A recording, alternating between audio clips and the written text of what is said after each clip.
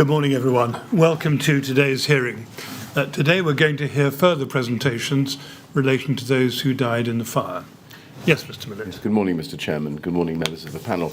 I would now invite Mr. Imran Khan QC, please, to come back to the podium to make the presentation on behalf of the family of Isaac Paulos, who was from flat 153 on floor 18 of Grenfell Tower. As before, I would reissue the trigger warning, yes, which I normally give. There may be material or things said or shown by Mr. Khan during the course of his presentation, which those in this room or following the live stream may find difficult and distressing, in which case they should leave now or look away from the live stream, as the case may be. But, Mr. Khan, thank you.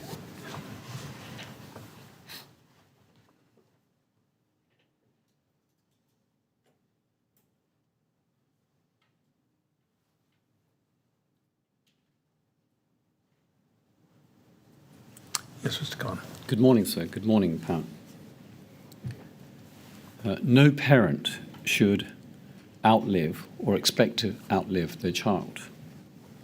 No parent should have to risk their life to save their child's. No parent should have to choose which of their children should risk dying. No parent should ever have to think about these decisions, let alone make them.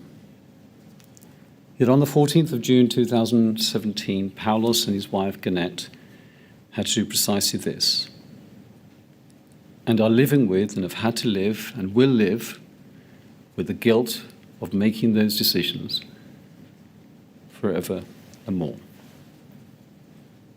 Isaac Paulus was the firstborn son of Paulus Tekle and Gannett Shawa, and the older brother of Lucas. He was 5 years old at the time of his death. He was born on the 22nd of September 2011 at Chelsea and Westminster Hospital in London. He lived, as we know, in flat 153, Grenfell Tower, on the 18th floor. He lived there with his mother, Gannett, father Paulos, and 3-year-old brother, Lucas. The family had moved into the flat only a year earlier, on the 1st of June 2016. At the time, his mother, Gannett, was concerned the flat was on the 18th floor, and she has stated in her Phase 1 witness statement, my son Isaac didn't want to move there when I told him about this. I was told this was the last offer that I was going to be given, and if it was not accepted, I would be rehoused outside of the Royal Borough of Kensington, Chelsea. Gannett, like many others, reported problems with the flat, such as at the front door of the flat not locking properly. And on the 27th of February 2017, she reported that there was a strong draft from all the flat windows. So you will recall, and we invite the panel members to read and listen to the pen portrait on the 29th of May 2018, when Isaac's father, Paulos, who finds it too difficult and painful to listen to matters today, and he's not here. Neither is Gannett. He spoke of the unimaginable heartbreak following Isaac's death, but also of the great joy both his children had brought him. He named his firstborn son, Isaac, which in Amharic means joy to love. The pen portrait said makes painful listening and viewing, and as I said, I would urge you to revisit it, to listen to it, and to read the transcript. By all accounts, Isaac was a talented boy who loved taekwondo, swimming, and football. Although his mother Gannett would say that Isaac was a Chelsea supporter, he was in reality a Gooner, an Arsenal fan, just like his father. As his parents and teachers reflected during the pen portrait, Isaac enjoyed school, and he was particularly gifted at maths and reading, and had, by all accounts, a bright future ahead of him.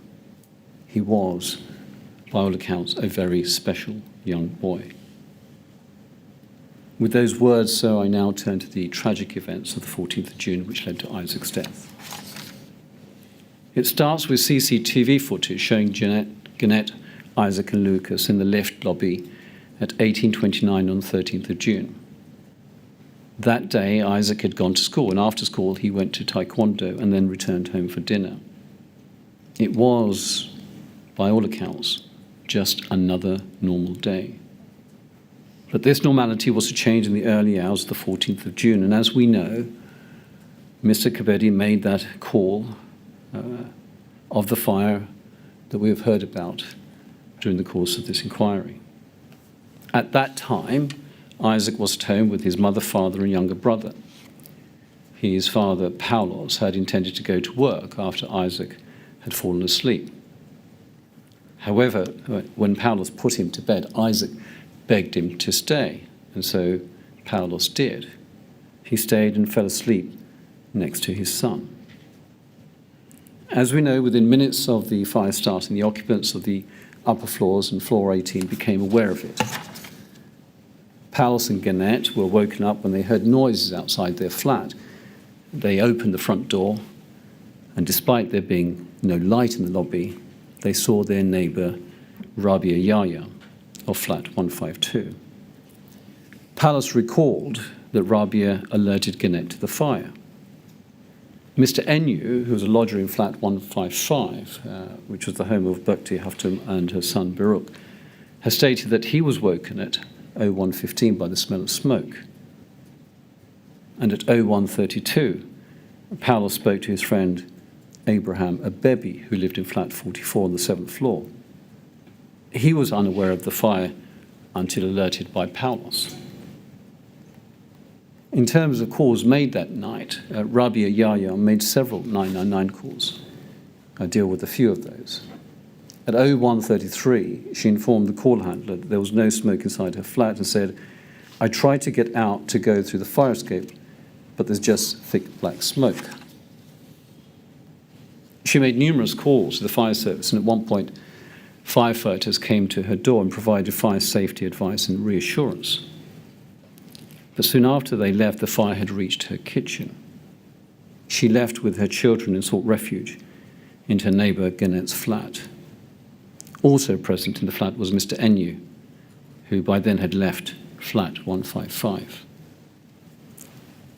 Paulus and Gannett also made and received multiple calls to and from the emergency services between 0207 and 0302, and we have the benefit of the transcript of these calls, and we don't seek to play them here. So, panel members, you of course have those and will listen to those, read those transcripts, and appreciate how desperate those calls indicate, how desperate people were.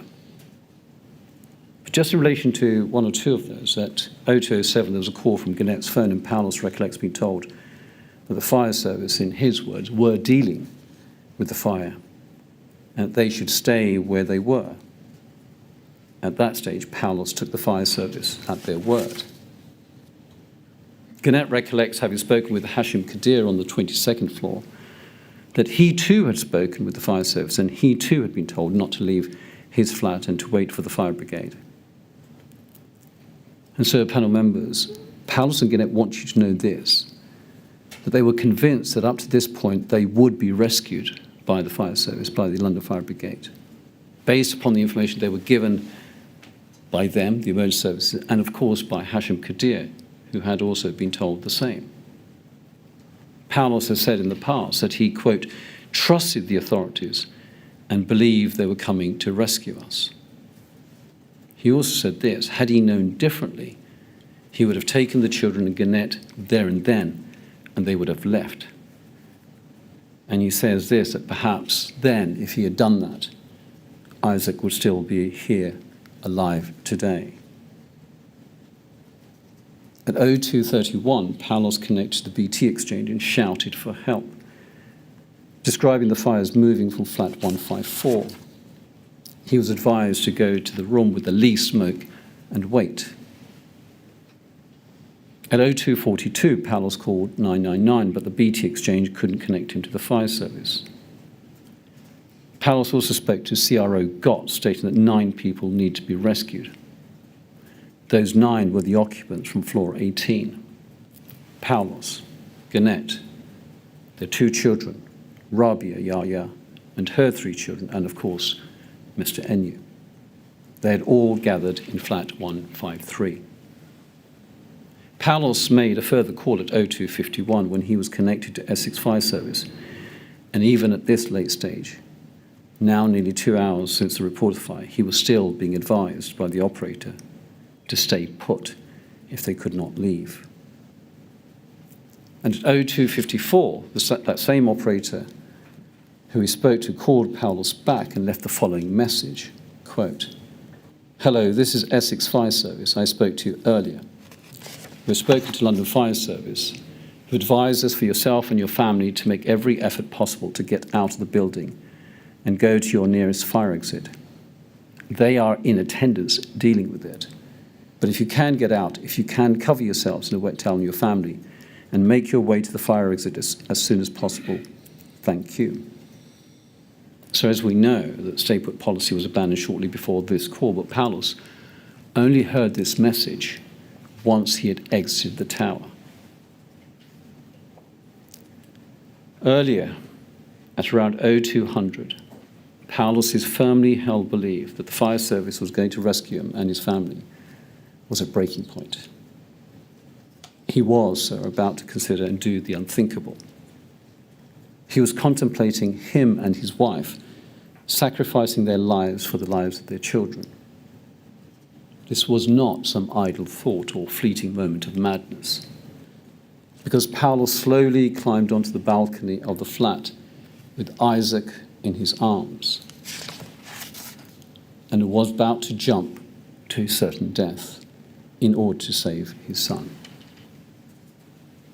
Paulos has said that he considered this more than once, and this image of him sitting on his balcony with Isaac in his arms has, we suggest, become one of the defining moments of the events of that day. It encapsulates in a way that words that I cannot, the sheer desperation of those who had come to the conclusion that the fire service was not going to help them to escape the tower, that those who needed help and were assured they were going to get it were now on their own. It shows the extent to which those who had now lost faith in the emergency services would go to protect their loved ones. They were so prepared to sacrifice their own lives to save the lives of their children. The image of Paulos on the balcony was captured on helicopter footage, which, because of its distressing nature, sir, we're not showing.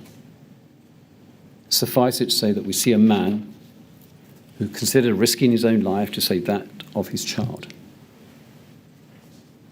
One can only wonder, sir, what was going through Paulos' mind and the horrendous choice he was on the brink of making in sacrificing his life to save that of his child. Paulos says he told Isaac he would hold him and that they would jump together. He suggested to Gannett that whilst he held Isaac, she should jump holding Lucas.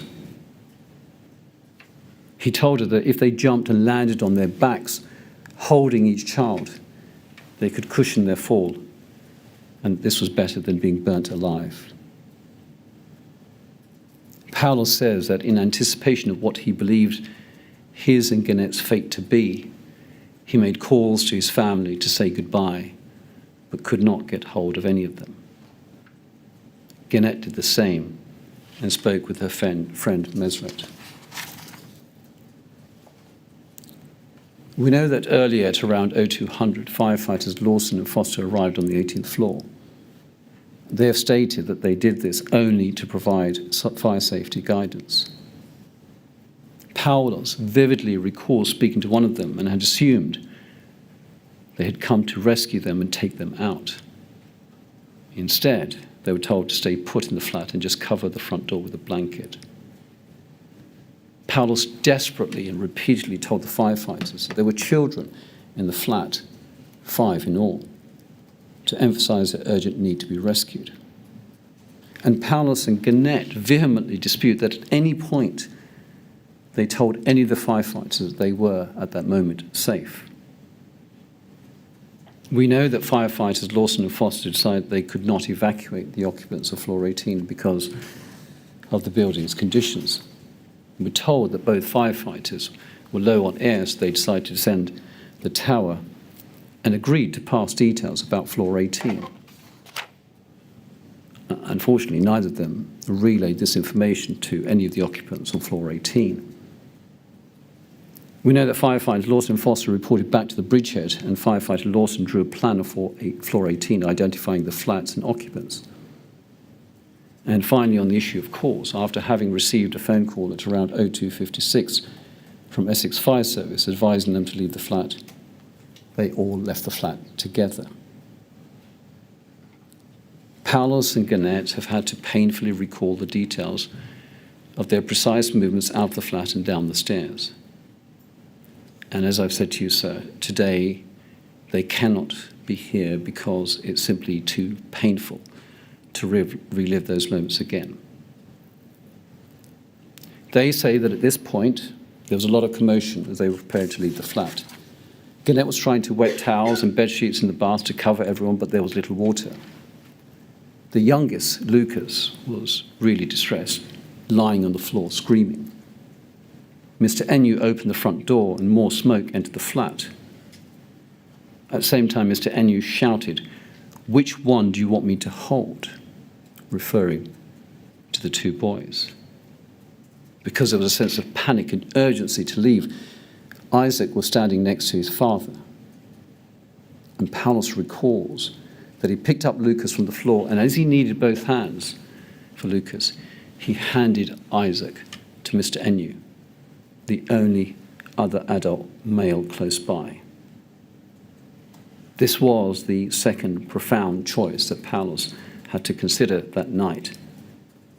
And as awful as a choice the decision was to jump with Isaac in his arms from the balcony ledge, it is this choice, this act, this decision of handing Isaac to Mr. Enyu which has haunted him most, given what was to follow. As they opened the door, Mr. Enyu noticed firefighters in the lobby. These firefighters were the crew of BA Team 30, comprising firefighters Paul, Mitchell and Cheeseman, who'd made the decision to search floor 18. According to Paulos and Gannett, when they left, Mr. Enyu and Isaac were in front of them, followed by Rabia and her children, then Paulos and Lucas, and then Gannett in the rear. Gannett had no shoes nor a wet towel for her face. She stated in her witness statement that the firefighters did not help them on the way down and did not take any of the children. They repeatedly described the smoke as overwhelming and said they couldn't see each other. They had left with firefighters Mitchell, Cheeseman and Paul. The recollections of firefighters Mitchell, Cheeseman and Paul differ as to what happened that night. And these differences render it difficult to establish which of the firefighters was at the front of the group and therefore who was closest to Mr. Enyu, who of course was supposed to be holding Isaac. Firefighter Cheeseman states that he was unaware of any children becoming detached from the group. Paul and Mitchell make no mention of this in their statements.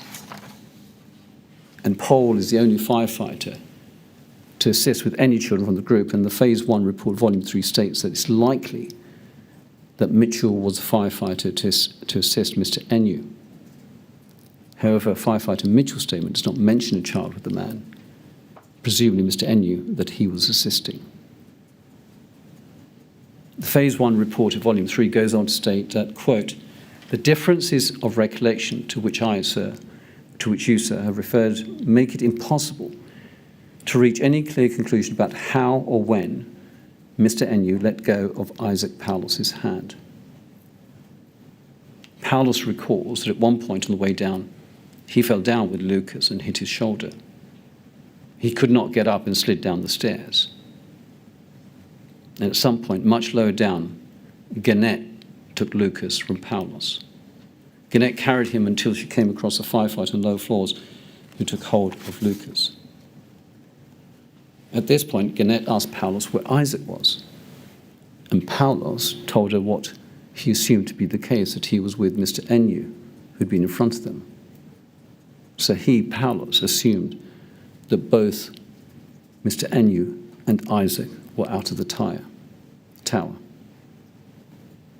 Once outside, they obviously looked for Mr. Enyu, who was at that point receiving help at one of the ambulances, and Paulus asked him, "Where's Isaac?"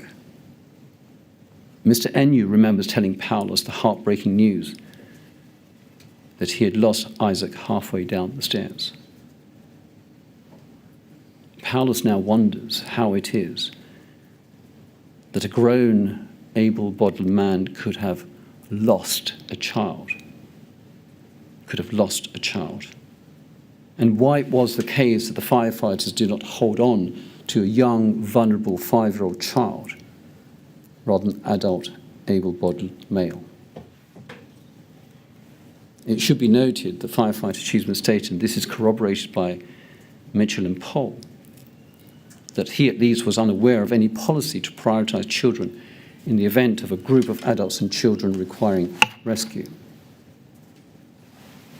But I digress. A police officer who had spoken to Mr. Enyu did not know how to tell the hysterical Gannett, hysterical by this stage, that Mr. Enyu had told him that he had lost Isaac on their way down. In a state of panic, Paulus and Gannett found Rabia with her children and asked them if they had seen Isaac. Rabia's eldest daughter stated that she was sure she saw Isaac outside on the lower floors.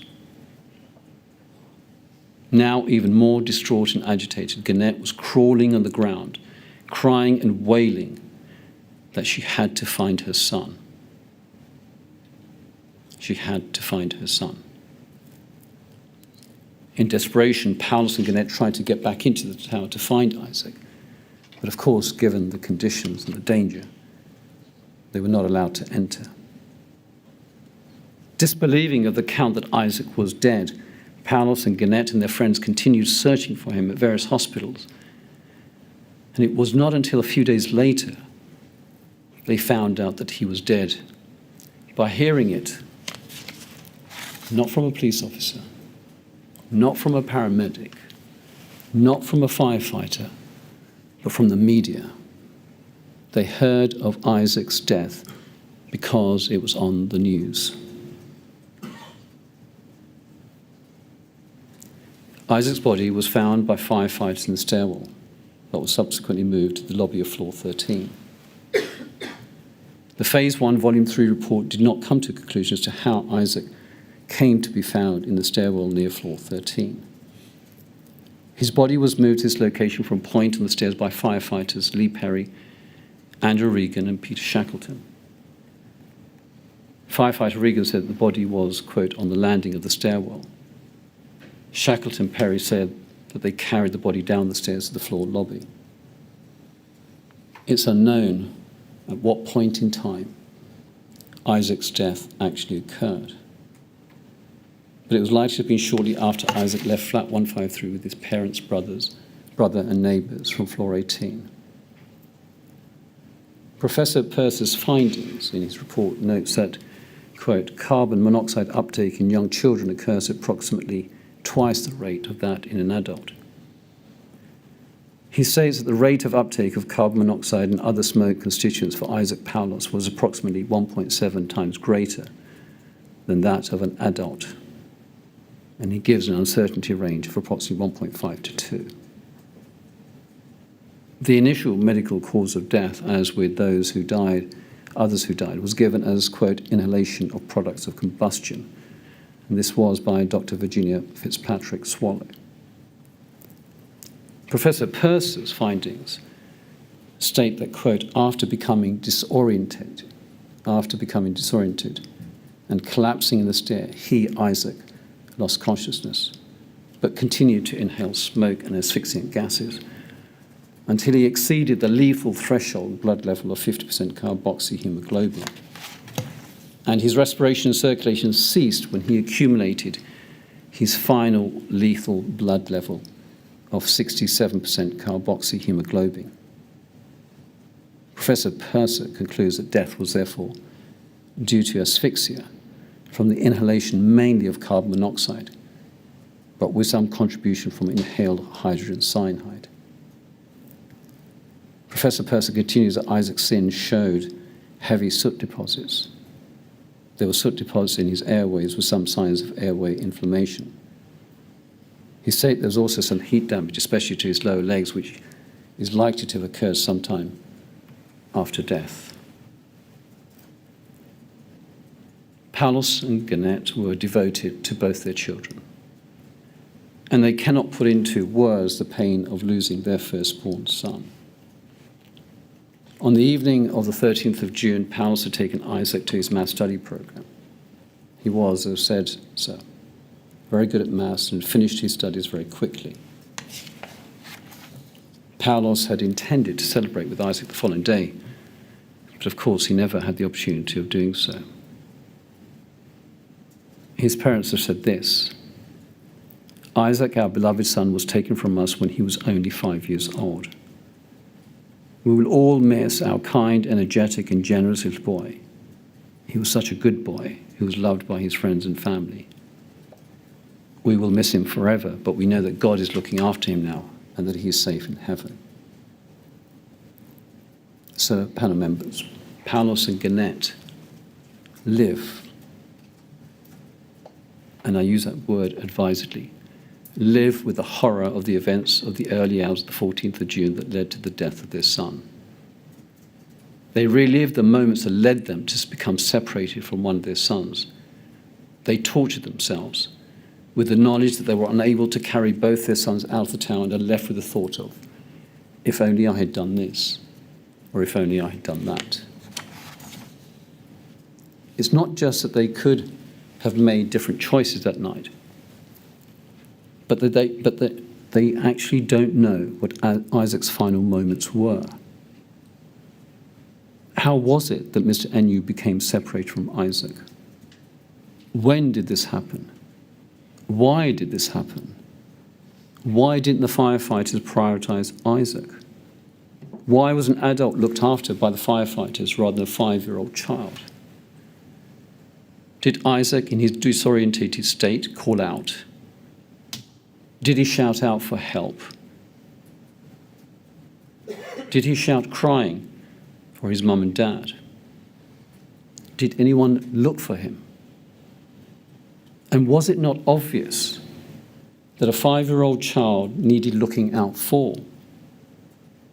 That their child needed help to survive, to live? Not knowing what happened to Isaac in the last moments of his life is, on occasion, worse than knowing the reality. Paulus and Gannett can only hope that Isaac was not in pain when he died. It is shocking for them to think that of the 9 people that were assisted by firefighters to escape the fire on that night, having left flat 153, the only one that did not survive was a 5-year-old child, their son Isaac. They say Isaac was the one that needed the most care, the most looking after, the most attention, the most protection. He didn't get it. And Paulus and Gannett wonder and will always wonder why. As Paulus told you, sir, on the 6th day of the commemoration hearings, quote, I listen to the authorities, and that makes me angry. Why were we kept inside for so long? I want answers. I want to know why I was physically stopped from leaving the flat at 2 a.m. If I had not listened to the fire brigade, my son Isaac would likely be alive today.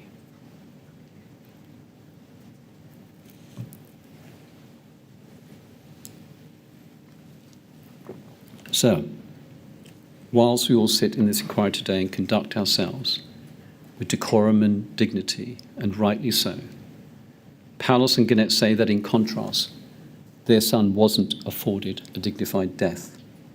He wasn't afforded the protection he deserved, and those that were entrusted to care for him appear not to have done so. But it's not only Paulus and Gannett whose lives have been so shattered by the events of that night.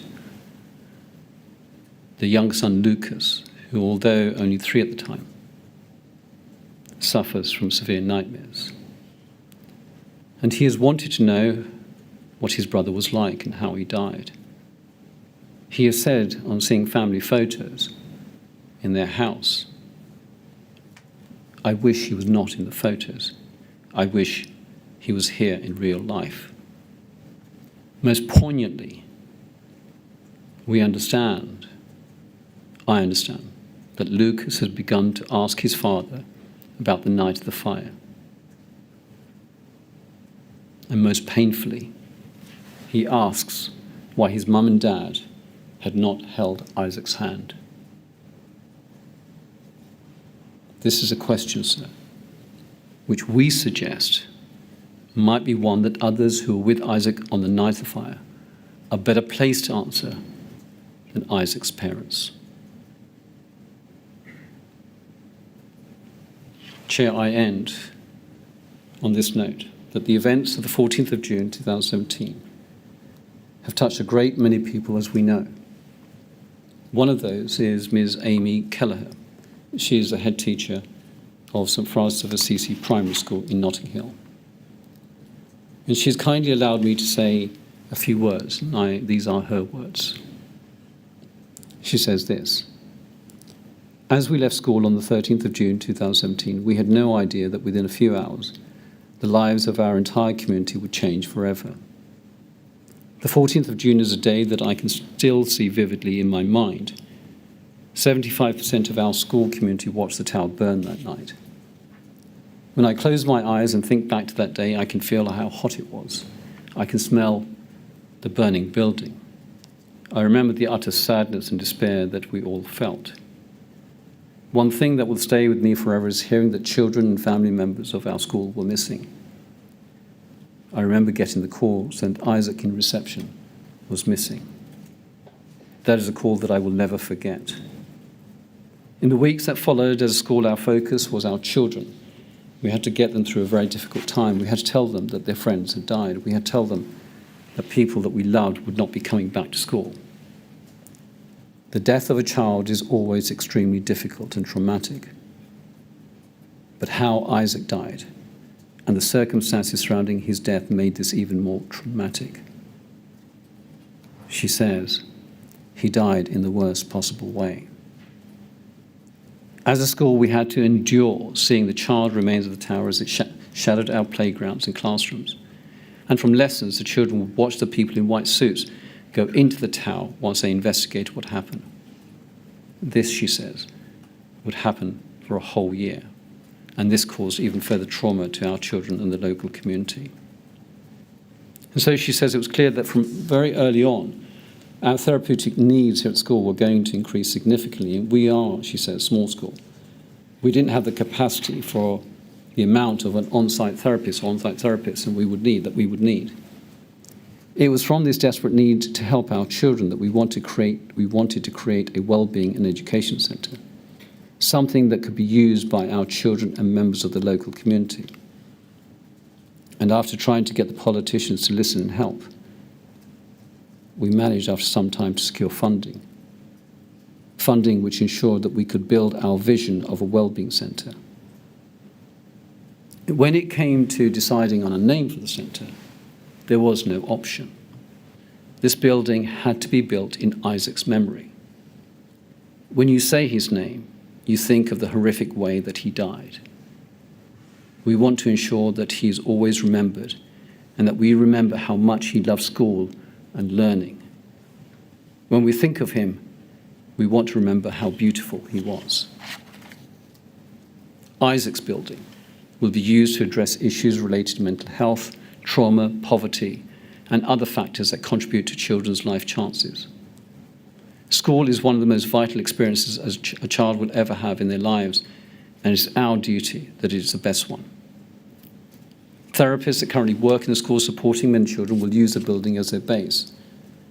We know that children who face mental health challenges will see a decline in their ability to focus and concentrate on learning.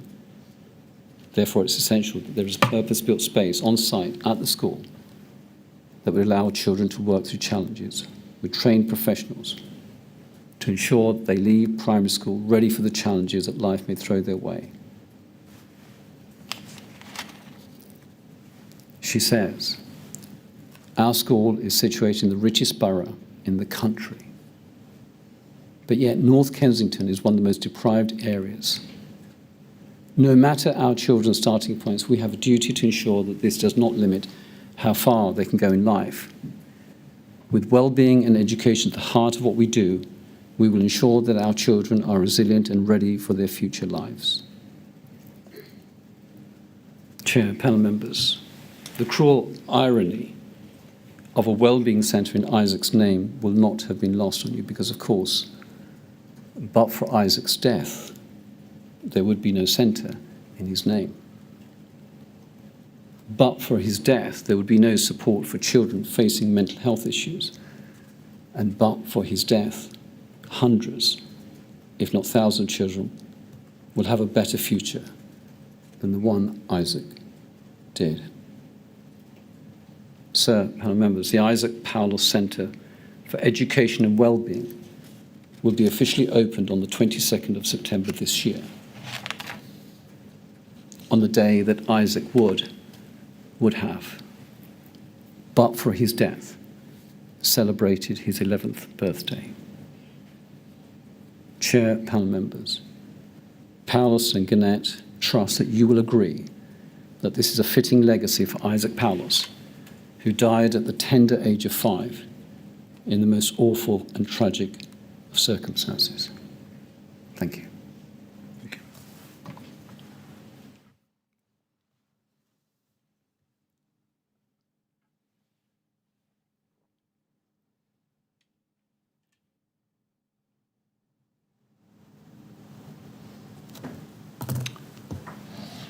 Thank you very much, Mr. Khan. Well, at that point, we'll take a break. We'll resume, please, at 11:05. Thank you very much.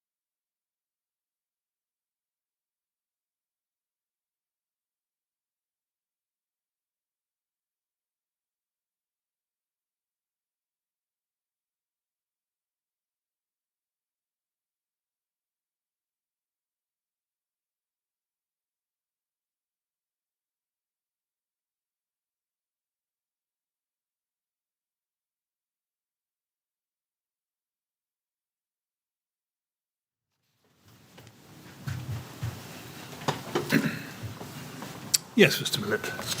Mr. Chairman, thank you. I would now invite Ms. Alison Munro, QC, please, to come back to the podium to make the presentation on behalf of the family of Vincent Chiejina from flat 144 on floor 17 of Grenfell Tower. As before, I would repeat the trigger warning that I've given before, that during the course of this presentation there may be discussion of or presentation of material or topics which people listening may find distressing, and therefore within this room or watching the live stream they should either leave or look away accordingly. Thank you. Subject to that, Ms. Munro, thank you very much. Yes, Mr. Munro. Thank you.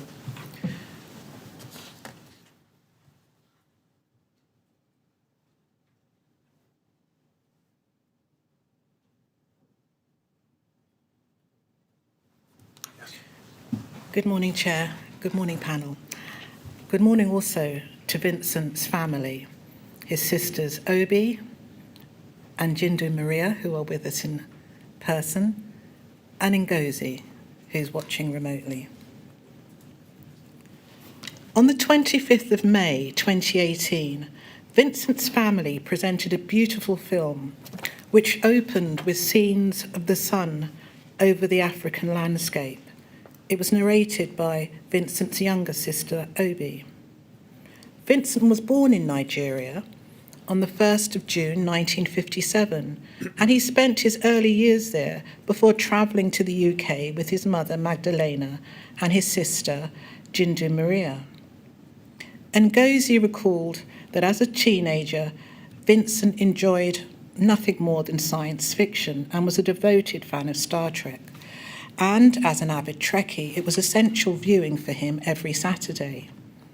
He attended private school in Ramsgate, where he excelled at mathematics at O and A level, and went on to study electrical and electronic engineering at Sheffield University in the 1970s. Vincent's sister, Jindu Maria, remembers her brother's love for all things mathematical and technical. She said this: "Vincent's math was excellent, and I will always be grateful to him for his help in understanding maths and calculus, which I had to pass in my first and second year of business degree. If I hadn't got through, I would have to study another subject, as failure in this element was not an option for the progression. I've forgotten it all now, of course, but my point is, Vincent was very generous with his time and in finding a way that made it easier for me. He would have been a great teacher, as well as other roles, if his health had not been so fragile."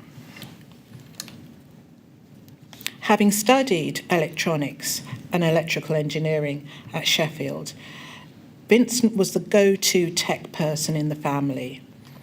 Jindu Maria recalls that Vincent was very good at sourcing electronic and electrical products for the family to buy. If they asked him to, he would come and help them select items and then support with the setup. I miss that very much, as we no longer have that contact. Obi recalls that her brother was a great cook. He was the only person that she knew that could make homemade crisps. She recalls her brother looking after the younger siblings when their mother went out to work on a night shift as a nurse. Vincent would take on that parental role, ensuring that all his younger siblings brushed their teeth, were ready for bed before he literally tucked them in at night. Obi spoke of Vincent's kind nature, remembering that when she broke her leg as a child, he went out and bought her a big bar of chocolate, but unfortunately it was the wrong kind. But it's a thought that counts. These small acts of kindness permeated all aspects of Vincent's life. He was someone who was good at looking after people who were vulnerable themselves. He would never reject anyone and was adept at spotting ways in which others needed support, quietly making them feel good about themselves.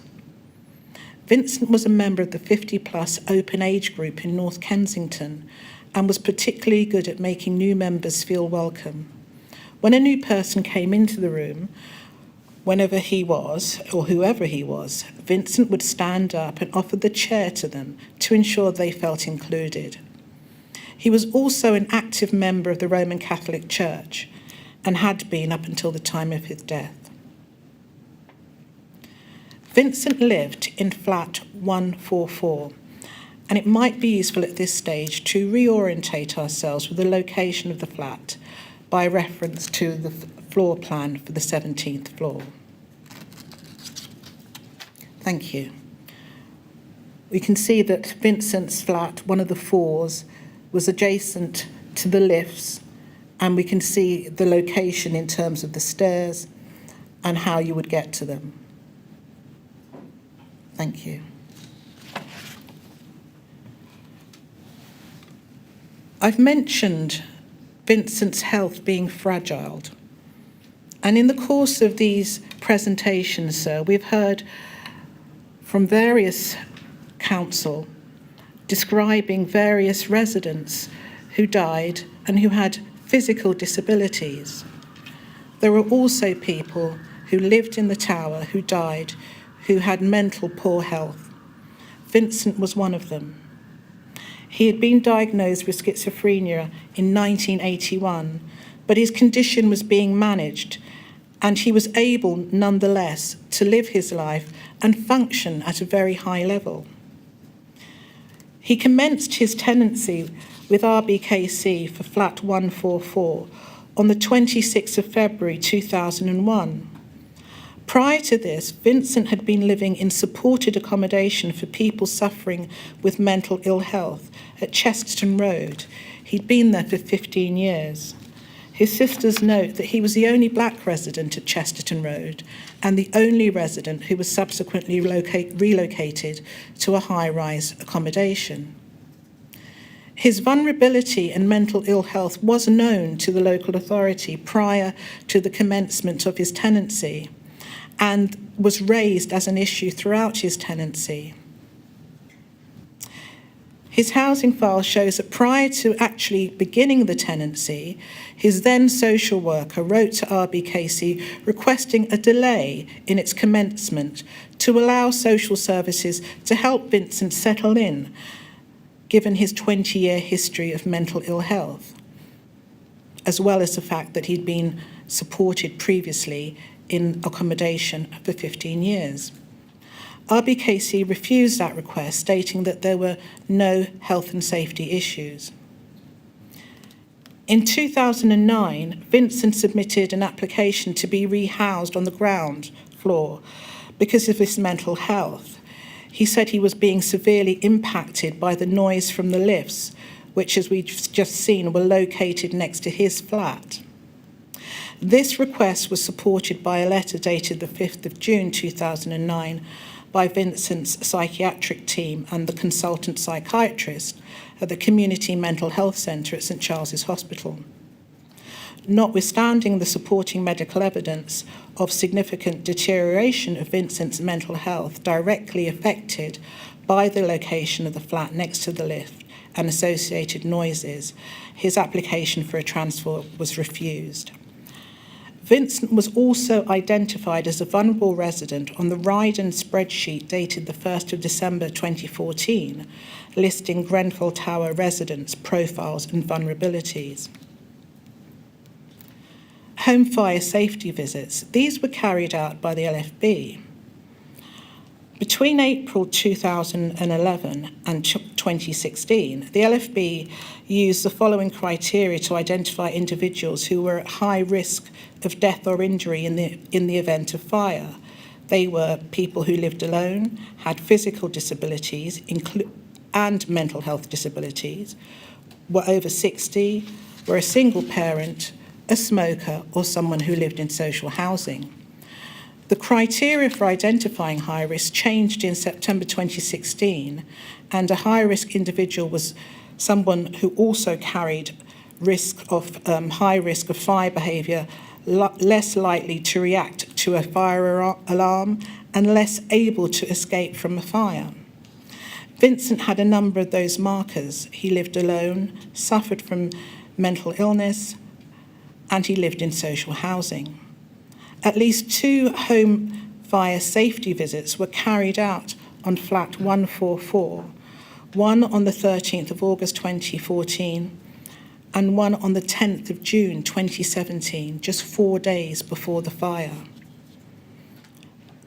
The visit 4 days before the fire did not record Vincent as an individual who was at high risk of death or injury in the event of a fire, although he presented with the 3 markers and had more risk factors identified. He was not recorded as a resident with mental health issues, although his mental illness was diagnosed and had been recorded and was already known.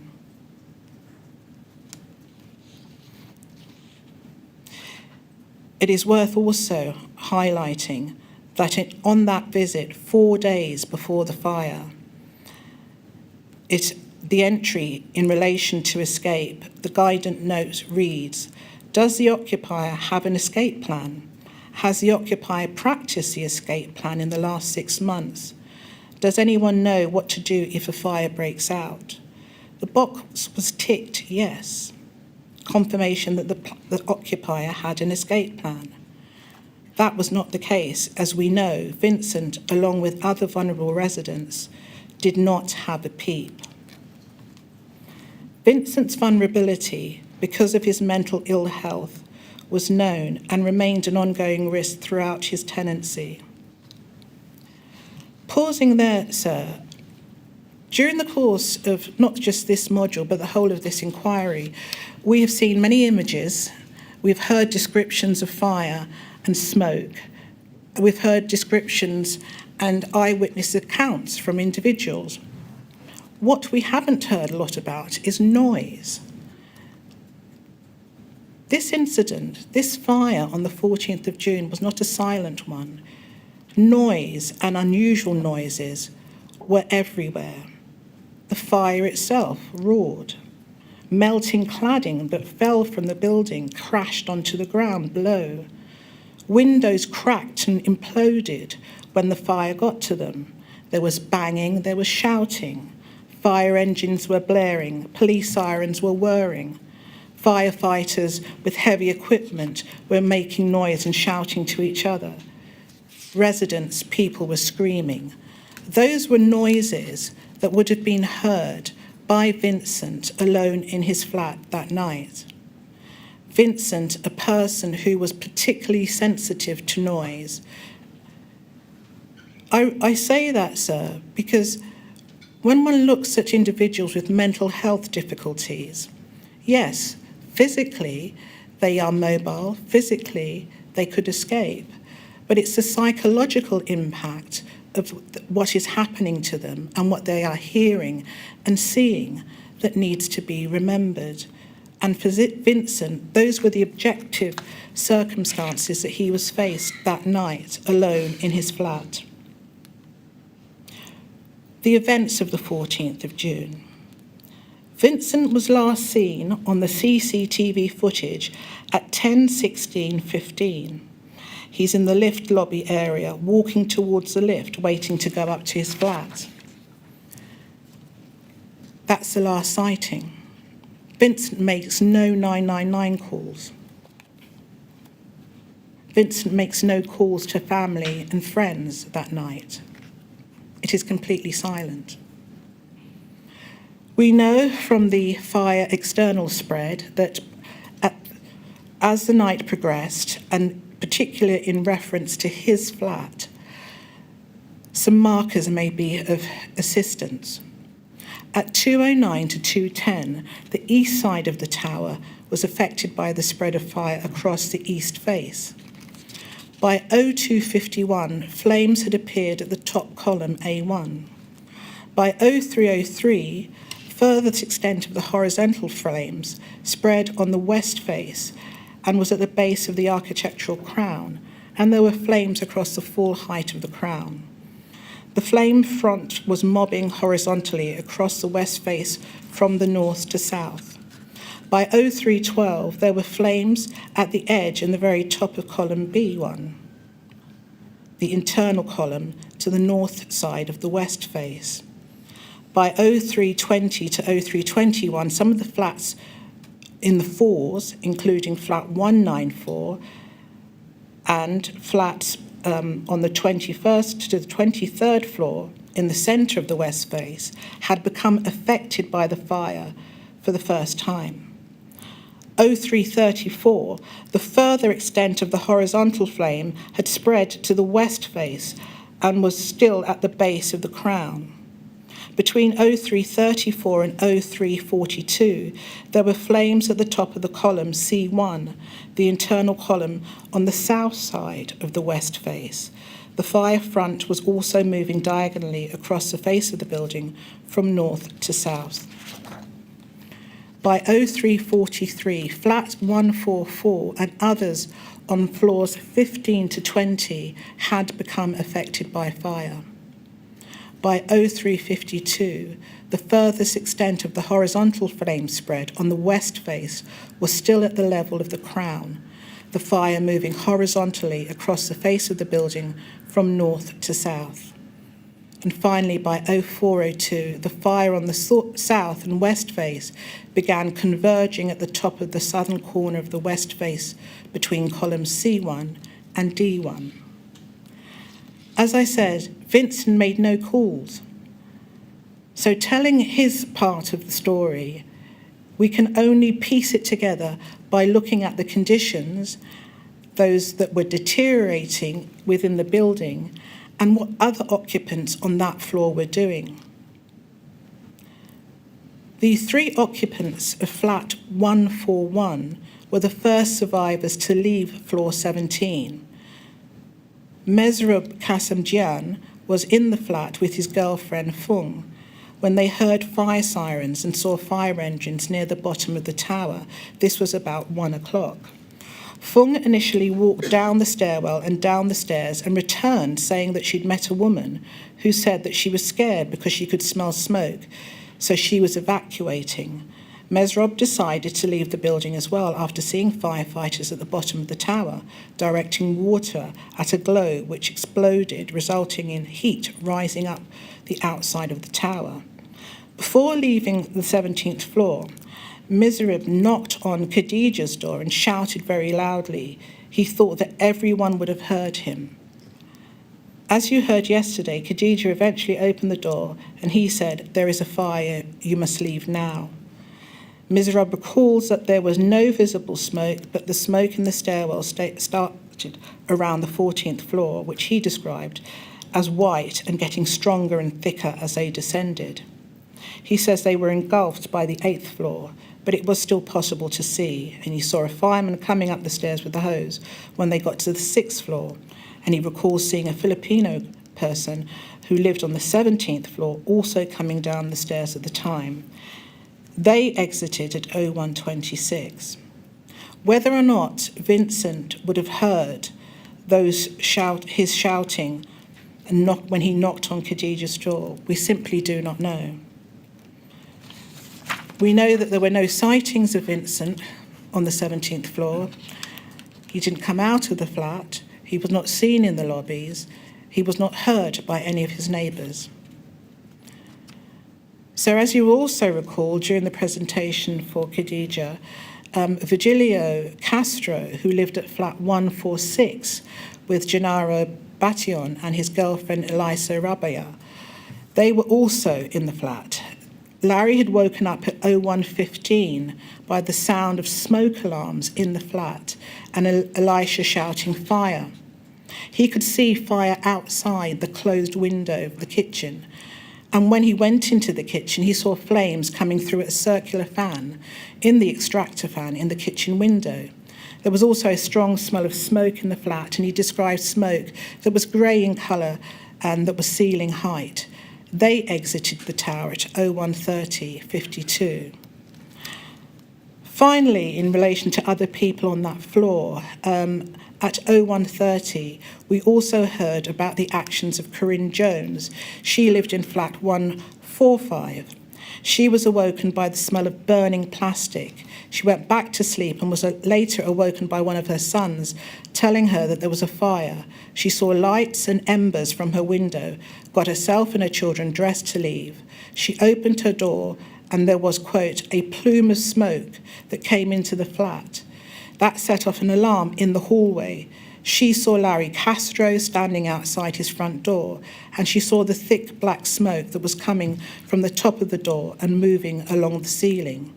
She returned to her flat to collect her handbag, and when she returned, the smoke had quadrupled and had covered most of the ceiling.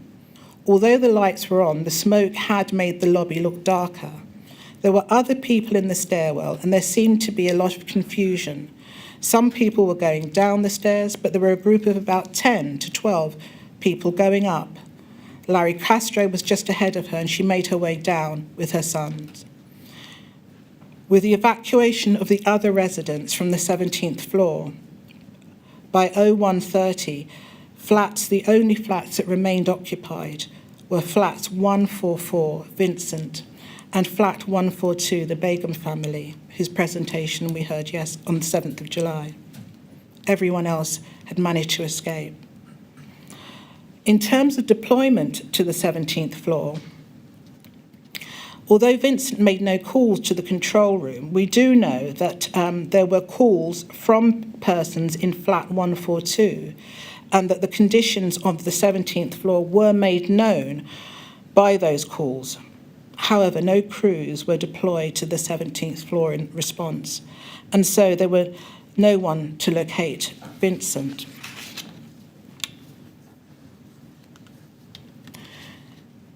Vincent made no phone calls, as we've said, but there were 4 recorded calls from flat 142, the Begum family, which we've heard extensively about.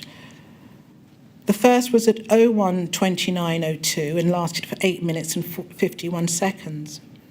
In that call, it is believed that Husna Begum reported the extent of the smoke coming into the flat and the smoke alarm being heard in the background during the call. They're given advice to remain and to block up the airways. At 01:38:02, there is a call that is taken by CRO Housen and passes on details from flat 142, reporting a family stuck on the 17th floor. As a result of that call, there is the following action. An incident log is created and it records the phone call that has been made and that there are people trapped on the 17th floor and smoke coming into flat 142. There is also FSG information that was passed on to Command Unit 8, reporting persons trapped on the 17th floor, specifically flat 142. The next call from flat 142 is logged at 02:27 and received by CRO Fox. Again, reports about fire in the building and that no one had come to help them and that they'd been waiting for over an hour. At 02:29, CRO Fox creates a service request in response to the call. The extract from the incident log reads, 17th floor, 5 adults, including 2 elderly, inside the flat. Again, this is passed on to CU7. The third call from that flat is at 03:18, by which stage the caller has reported fire in the kitchen and the hallway. And the fourth 99 call is at 03:18. The reports from the flat clearly reached the incident ground because watch manager Myrick identified a laminate sheet with the FSG information from that flat. Sadly, none of this resulted in a crew attending the 17th floor and, crucially, anyone noticing that Vincent was still in his flat. As I said, what happened to Vincent, we can only surmise. His family say this, though. Vincent was a man who liked routine. He was a creature of habit. He would expect certain things to happen at certain times. Vincent, we know from the pathological evidence and the archaeological evidence, was found in his living room. He often waited in the living room for people to come round and to be collected when he had specific appointments. His family simply wonder, did Vincent remain sitting in his living room, expecting and waiting for somebody to come and collect him and take him to safety? Does that explain why he made no phone calls to the emergency services and made no phone calls to them? They'll never know the answer to that question, but it's one that haunts them and will continue to haunt them. Jindu Maria was the first person in the family to know that something had gone very badly wrong on the 14th of June. She went to work as usual, and a work colleague told her there'd been a fire in West London and it was quite bad. She mentioned the name of the building. At that point, Jindu Maria left work. She realised that's Vincent's home. The rest of the family were informed. There then followed a familiar story of difficulties and obstacles in trying to find out more about their brother and whether or not he was safe. Jindu Maria was looking for Vincent for 2 to 3 days. They had received no contact from any official person or body. Ngozi had to resort to reporting Vincent as missing through a helpline that she saw on the television. She was given a reference number with the Manchester police and advised to ring back if Vincent made contact. In the coming days, the family attended West London police stations and reported Vincent missing.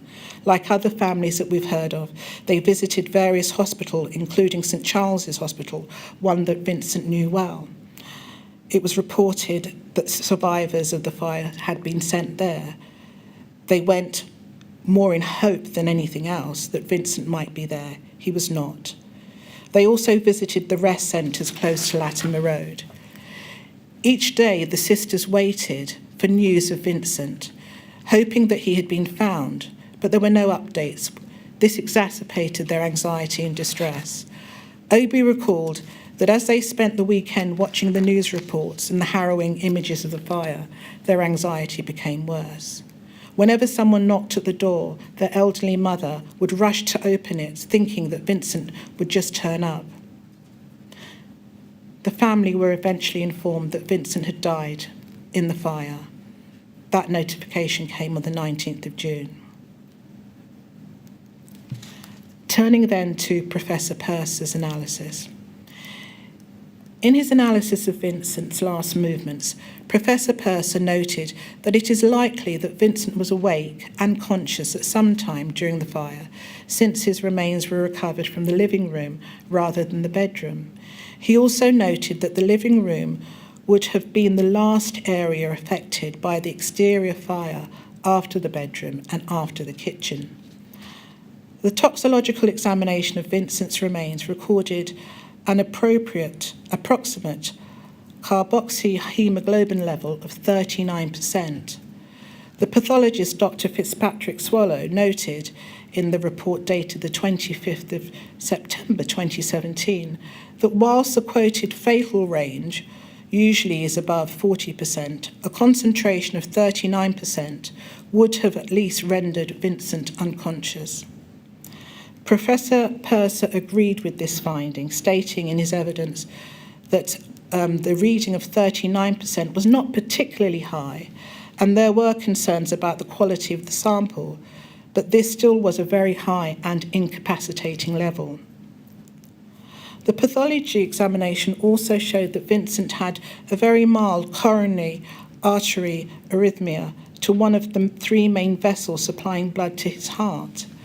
Dr. Fitzpatrick Swallow confirmed that this did not cause Vincent's death, and Professor Perce noted that it was a mild coronary artery arrhythmia, and which may have increased his susceptibility to carbon monoxide intoxication. The pathology examination also showed findings of heat damage to Vincent's respiratory system, and significant findings included the presence of soot within his lower trachea. Both lungs were affected by heat damage, and there was soot in his terminal bronchioles. Also, an examination of his gastrointestinal system showed presence of possible soot in his stomach. Putting those all together, Professor Perce considered that the pathological findings were indicative of possible heat exposure. In particular, he identified the presence of soot, which suggested that Vincent had spent a considerable amount of time inhaling smoke before he died, and this was supportive of evidence that Vincent did not die from rapid exposure to heat or flames. Taking the evidence of the external fire spread and the pathological findings, Professor Perce was able to assess that Vincent became incapacitated around about 04:05, and death would have followed perhaps 10 minutes or so after incapacitation, thus putting the window at 04:05 to 04:15. Professor Perce also considered whether Vincent's mild underlying heart condition may have increased his susceptibility to carbon monoxide intoxication, resulting in a shorter window between incapacitation and death. It is therefore possible that Vincent may have died within a shorter period of time after the arrival of the external fire at 03:58. Dr. Figanel agrees with that approach of an approximate time or window when recording death would be appropriate. As I mentioned, Vincent's remains were recovered from the living room area, and he was initially identified through DNA and dental records. Dr. Nat Carey has recorded the medical cause of death as consistent with the effects of fire in his final report of the 23rd of October 2018, and Dr. Virginia Fitzpatrick Swallow had previously recorded inhalation of products of combustion as a medical cause of death in her report dated the 25th of September 2017.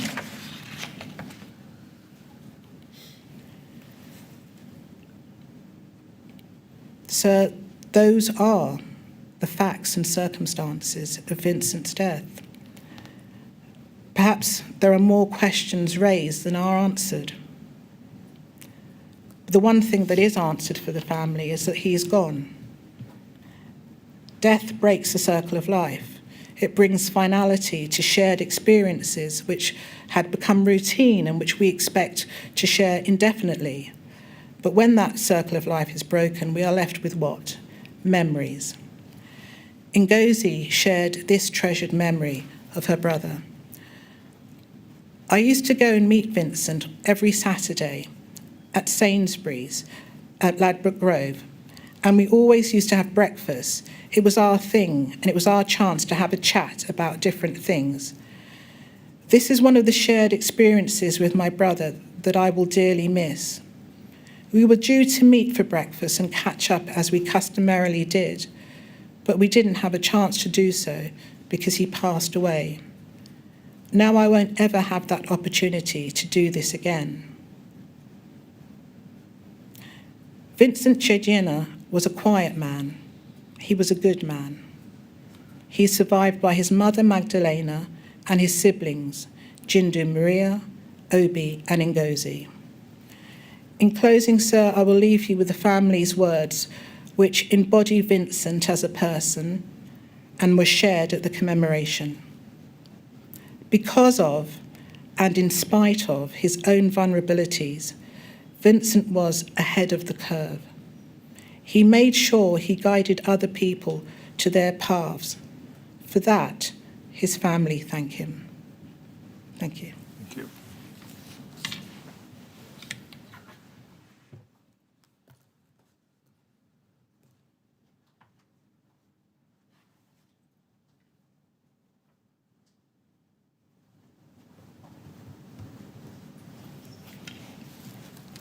Well, thank you very much, Miss Munro. We'll take a break at that point. We'll rise now and resume at 12:15, please. Thank you very much.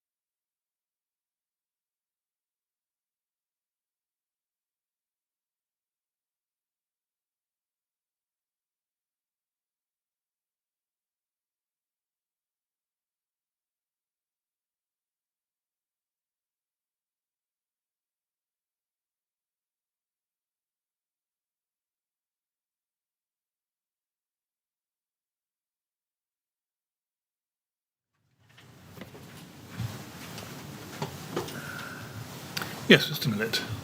Mr. Chairman, thank you very much. I would now invite Ms. Alison Munro, please, QC, please, to come back to the podium and make the presentation on behalf of the family of Joseph Daniels from flat 135 on floor 16 of Grenfell Tower. Again, I would repeat the trigger warning that there may be things said or shown during Ms. Munro QC's presentation which people here in the room or on live stream may find distressing, and they may wish to leave the room or to look away from the live stream, as the case may be. Right. Thank you very much. Thank you very much, Ms. Munro. Yes, Ms. Munro. Thank you, Chair. Panel. Good afternoon, and good afternoon in particular to Joe's family. His son, Sam, and Lucy, Sam's mother. Of the total residents of Grenfell Tower, 37 were registered disabled. 15 of that number died in the fire. In other words, 41% of the disabled residents who lived in the tower died on the night of the fire. That is a shockingly high and disproportionately high figure. These residents were the most vulnerable within the Grenfell community. We have listened now to the horrific stories of how many of these individuals could not escape and died in their homes, in the lobbies, and in the stairwells. The very thought of being caught in a flat where the building is on fire is frightening. Being in a flat in a high-rise block that is on fire heightens that fear. Now imagine, if you will, you're living in one of the upper floors in a flat in a building that is on fire. Your anxiety would now be rocketing. To add to that, you have a disability, a mobility problem, or poor mental health. See where your fear goes then. That was the reality for disabled and vulnerable people in Grenfell Tower.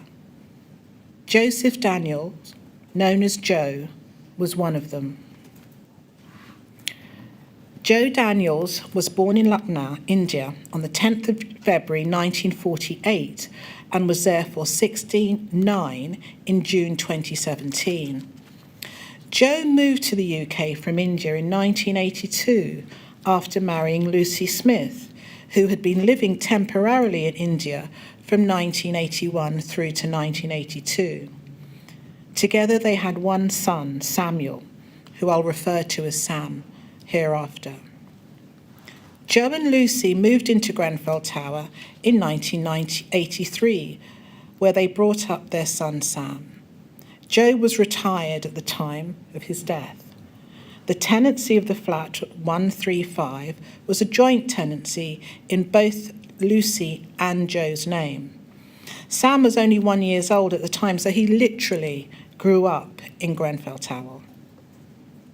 Joe also had a daughter, Steffi Hillier, from another relationship. What people remember most about Joe was firstly his faith. He read the Bible daily and could quote from any part of it. He referred to himself as something of a barroom preacher. Secondly, they remember his larger-than-life character, joking and chatting to anyone and everyone. His laughter was always the loudest in the room. Thirdly, his physical strength. Since his youth, he had had a passion for exercise and made stronger after a back injury. He was in the gym when he could, almost daily, working out with weights before his body and mind disintegrated. Fourthly, his tenor singing voice. He played the guitar loudly and not very well, but he sang beautifully. Following Joe and Lucy's divorce, Joe remained living in the flat at Grenfell Tower. Sam moved out for a relatively short period, but then in 2015, Sam moved back into Grenfell Tower to care for his father, eventually becoming his registered carer. Sam had given up work in order to care for his dad. Chair, you and the panel will be very much alive to the plight of vulnerable and disabled residents, which has been a recurring theme throughout the course of this inquiry. Joe suffered from both physical and mental health conditions. In respect of his physical health, he suffered from diabetes and problems associated with an injury he had sustained as a young man. He'd broken his back. This led to a lifetime of complications. His mobility was significantly impaired, and he was dependent on the lift to enter and exit the tower. In the absence of the lift, Joe was able to only navigate a maximum of a couple of flights of stairs, and progress would be slow. Joe would take a significant period of time to climb or descend even a few steps. Moving would be exceptionally slow and staccato, requiring several breaks and stops. By 2015, Joe was unable to manage stairs and only left his flat if the lift was working.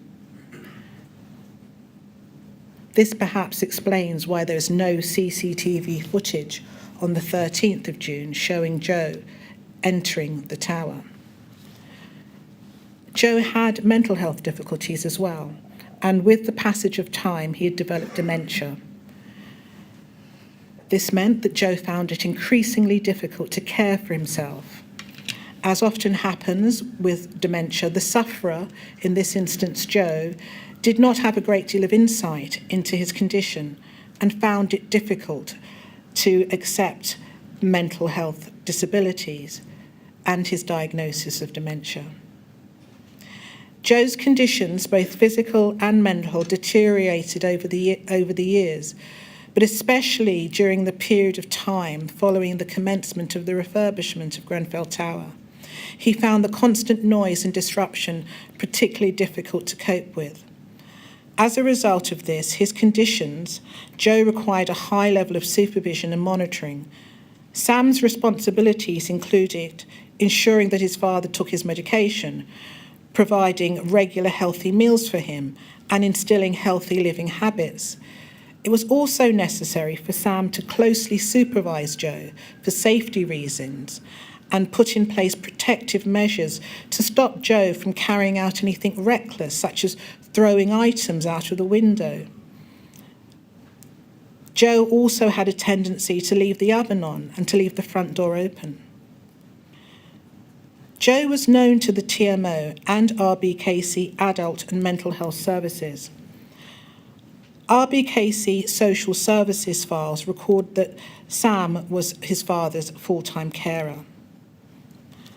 Sam had a raft of concerns regarding his father's physical ailments, mobility impairment, and mental health difficulties, and how these impacted on his health and safety.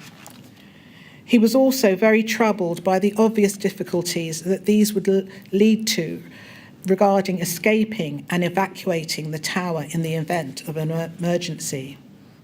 Sam became an advocate for his father, dealing with various agencies and bodies, TMO, RBKC, Adult Social Services, Mental Health Services, in order to try and secure assistance and services for his dad. The TMO Neighbourhood Support Officer made a referral to occupational therapy. The referral form states that a visit would be made to Joe at his flat, as he had difficulty getting in and out of the bath. The referral form recorded that Joe had physical health and mental health vulnerabilities. This form had a rating system by which risk was evaluated. The form rated the scale of the issues arising from managing his mental health, safeguarding concerns, and possible risk to himself and to others as 27. This, according to the rating system, is a high score. The referral also noted that Joe had a walking stick and poor vision, but he refused to wear glasses, which supports Sam's written and oral evidence to the inquiry in Phase 1 that his father had difficulties understanding his own vulnerabilities. In his phase 1 evidence, Sam does recall that in the few months after the OT visit, someone delivered some mobility aids, including a raised toilet seat and a Zimmer frame. Despite several formal assessments by the authorities, the familiar story is here again. Joe did not have a PEEP. None was in place and none had been considered. In terms of adaptations to the flat, Sam had requested that RBKC install handrails and other permanent fixtures to assist his dad, but these were not acted on. Joe was provided with aids such as the toilet, which in Sam's view, as his carer, promoted the potential for more hazards than actually helping him. Joe Daniels was also known to adult social care and appears on a list of adults known to social services.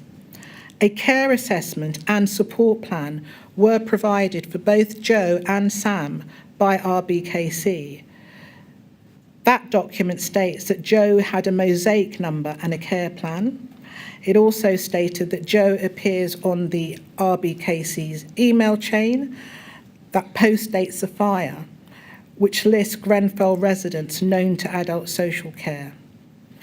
He was on a RBKC 1A occupational therapy list. The email also noted that he was missing post the fire. Joe was also in the ETIS report for emergency planning. That was the report of service users for adult social care. Home safety visits. On the 12th of April 2016, Joe was subject to a home fire safety visit from the LFB. They came to Joe's flat and met him. No fire safety risks specific to Joe were identified. Joe's known physical and mental health difficulties meant that he was at a heightened risk in the event of fire, both to himself and others, being unable to independently evacuate from the 16th floor via the single staircase, the sole means of escape in the event of a fire. Structural features on the 16th floor. So we've heard, and it's recorded in the Phase 1 report, about defective doors. Now, Joe and Sam did not live in one of the sixes. Their flat was 135. However, in his statement to the inquiry, Sam noted that there were issues with their front door to flat 135. He says this: "We used to have a thick, heavy fire door that would close themselves if they were left open. The new ones were flimsy and the locking mechanism on my door kept breaking. A few months before the fire, one of the hinges came out.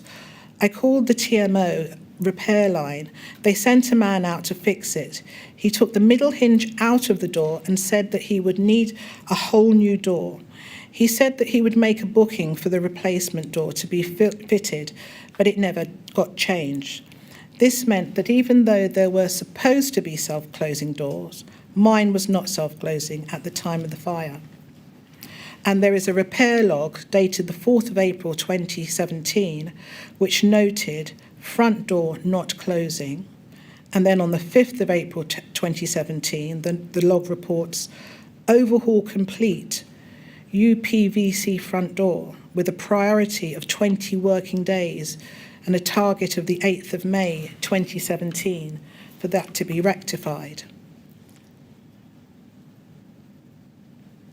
The priority is recorded as needed to be done, and the target date is the 5th of April. But the job status was subsequently reviewed and, quote, fully abandoned. As well as flat 135 on that floor, Edward Defan also made a complaint about his flat door, which is 136. In August 2015, that complaint was summarily and baselessly dismissed without proper investigation at all. and all three stages of the TMO's complaint procedure. Now it has been accepted that defects in the doors, as reported by Mr. Defan, was not resolved, contrary to the initial evidence from Peter Madison that he gave to this inquiry, and the inquiry evidence of Sasha Jevons on the same subject. Indeed, there is no documentary evidence to show that the necessary repair work was done to that door between August 2015 and June 2017. Sam and Joe's flat was not one of those that have been identified previously in Phase 1, but on the night of the fire, the door to flat 135 was not self-closing.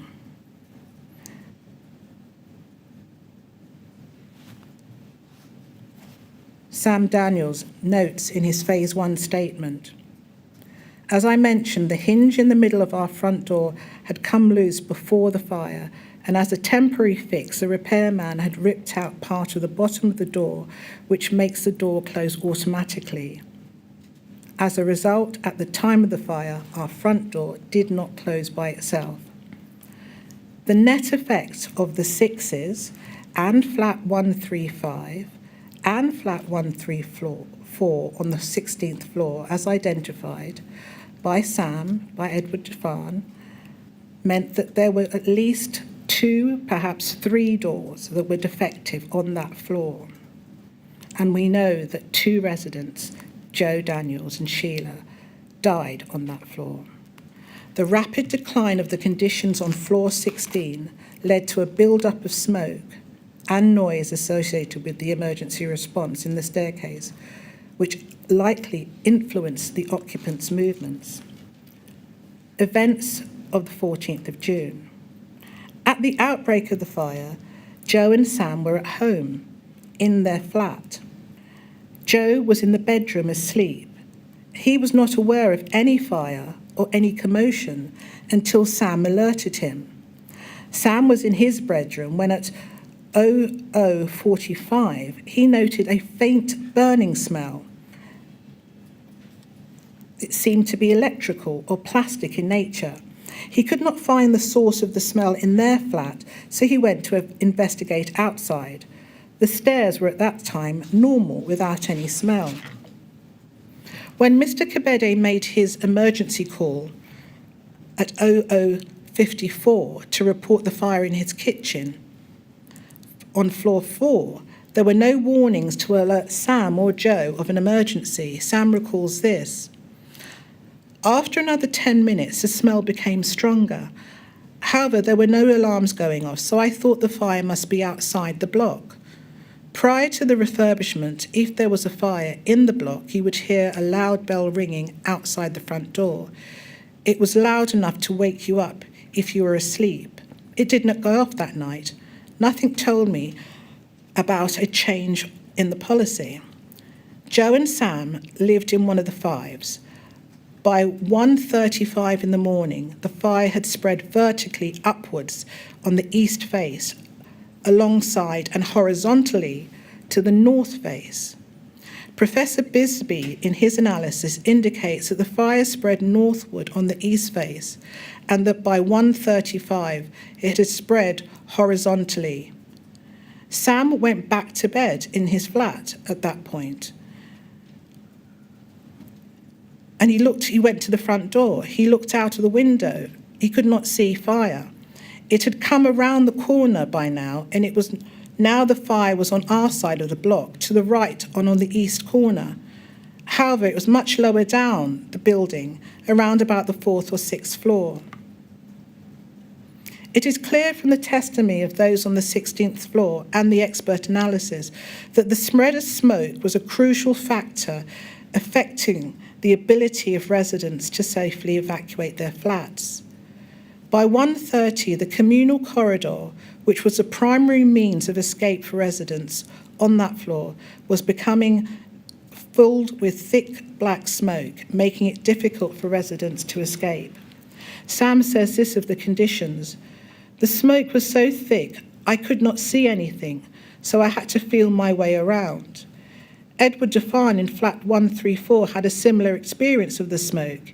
He opened his door to his flat and, I quote, stepped outside and shut the door behind me. I also wrapped the towel around my mouth and nose, holding the towel with one hand behind my head. I both shut my door and wrapped the towel around my mouth and nose because that's what you were told to do in the event of fire. The smoke was so thick I couldn't see beyond the end of my nose. The smoke was aggressive and billowing against me. We also have the accounts from other individuals on that floor as to the smoke. Hamid Wabi at flat 136 said this: "When I went into the landing, the lights were on. There was a bit of smoke already there, and the smoke was coming out of my flat and coming into the landing and blocking everything. It was still black and thick smoke. Smoke was spreading quickly from the landing into the stairwell and still coming out of my flat into the landing. The smoke was intense. It was burning my eyes and my throat." Haim Hamayot said, "Having looked out the window and seeing fire, I went out of our front door and I opened it. As I did so, smoke came pouring in through the open door from the communal area outside landing. The smoke outside the door was black and thick, and even in the brief time the door was opened, smoke poured into the flat." Siner Meset at flat 133 recalled initially opening the door at 0137 and observing thinner smoke in the floor 16 lobby. But when he and his wife tried to exit only 5 minutes later, the smoke was thick and black and filled the entire lobby. In response to the changing circumstances, Sam opened and then closed the flat 135 front door a number of times between 1:15 and 1:25 before he finally exited. Over this period, the conditions in the lobby were rapidly worsening. Sam remembers hearing shouting and panicked voices from the floor as he told his father they needed to leave, now. Sam told Joe, "Put your shoes on," but his dad was very disorientated and confused by the unfolding situation. The smoke alarm went off and Sam opened the front door, shouting now at his father to forget about the shoes and just follow him and leave. Joe was frozen to the spot. He couldn't move and he didn't leave. In desperation, Sam tried to physically move his dad, but he couldn't move him by himself. The only option left was to run for help, to get someone to come and assist him and help him remove his dad from the flat. So Sam left. His father was standing next to his bedroom, directly opposite the front door. That was the last image that Sam would ever have of his dad. As he exited the flat, he left the door slightly open in the hope that this would encourage his dad to see him and follow him. Sam did not make any 999 calls. He decided instead to go straight for help down the stairs himself. At 1:25 in the morning, he headed downstairs and he met a lone firefighter who was covered in sweat. This was firefighter O'Byrne, and he was on the 9th floor. Firefighter O'Byrne says that he had made his way floor by floor up the tower by himself without a BA kit on. He'd reached about the 11th or 12th floor, he thinks, and then he saw a woman running out but couldn't get into the lobby area due to the thick black smoke, so he went up another flight. He says this: "At the time, 2 guys came down the stairs to where I was standing. They were both of Middle Eastern appearance. I can't remember the exact floor of the stairwell I was on when I saw these 2 guys, but I think it was on the 10th or the 11th floor, although I may have walked a bit further down the stairs with them." Sam explained to firefighter O'Byrne that his dad had dementia and that he'd been unable to get him out of flat 135 on the 16th floor.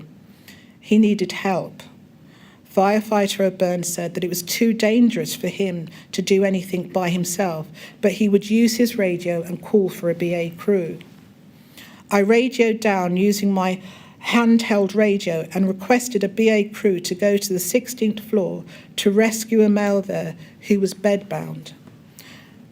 The gravity of the situation within the tower was becoming all too apparent to Firefighter O'Byrne. He'd recently seen a woman crawl out of the floor at the floor 12, and he said in his witness statement at that point he thought people were going to die because of the amount of smoke in the lobbies on the different floors, and because they wouldn't be able to get enough fire engines and firefighters up those stairs to get everyone out.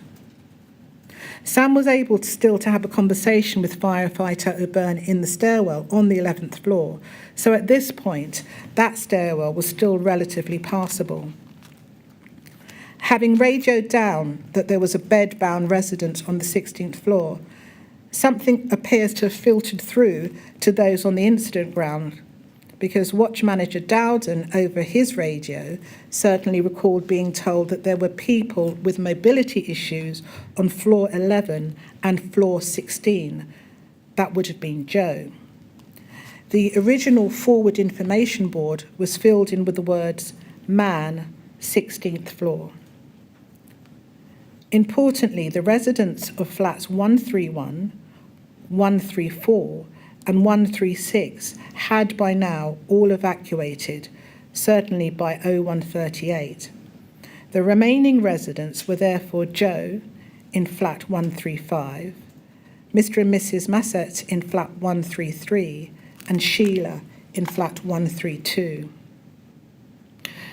A crew of 2 firefighters, Hipple and Stern, were dispatched from the bridgehead with their BA kits in answer to Firefighter O'Byrne's message. What followed was unfortunately a series of confused and confusing events. Sam and Firefighter O'Byrne both say that they remained together on around the 9th or the 11th floor whilst the BA crew of Hipple and Stern went to look for Joe.